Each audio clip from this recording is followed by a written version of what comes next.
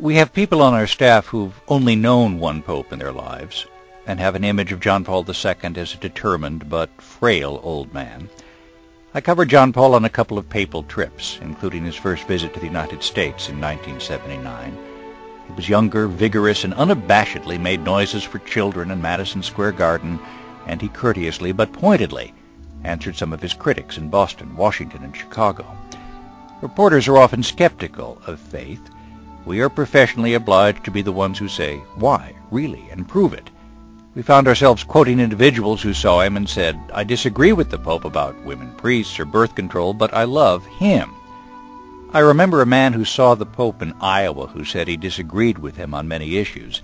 I get upset if politicians don't agree with me, he explained, but the Pope is a spiritual leader. I want him to challenge my beliefs. In a world sown with confusion and fear, John Paul seemed to radiate the serenity of conviction. He believed in peace, he was against abortion, and opposed the death penalty.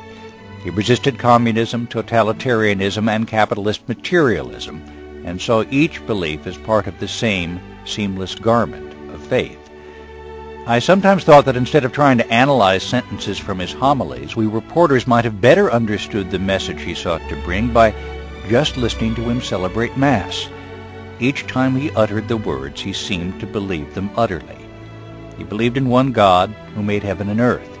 He believed that Jesus Christ was begotten of God and endured the agonies of trial and crucifixion for our sake, and rose from the dead to show the way to everlasting life. I remember watching John Paul's hands when he said Mass at Chicago's Grant Park. They looked rough and beautiful as he slashed the air in the sign of the cross or held up a communion wafer. It wasn't likely that the Pope had performed any manual labor for years. He'd become a seminarian, an actor, and a philosophy student as a young man.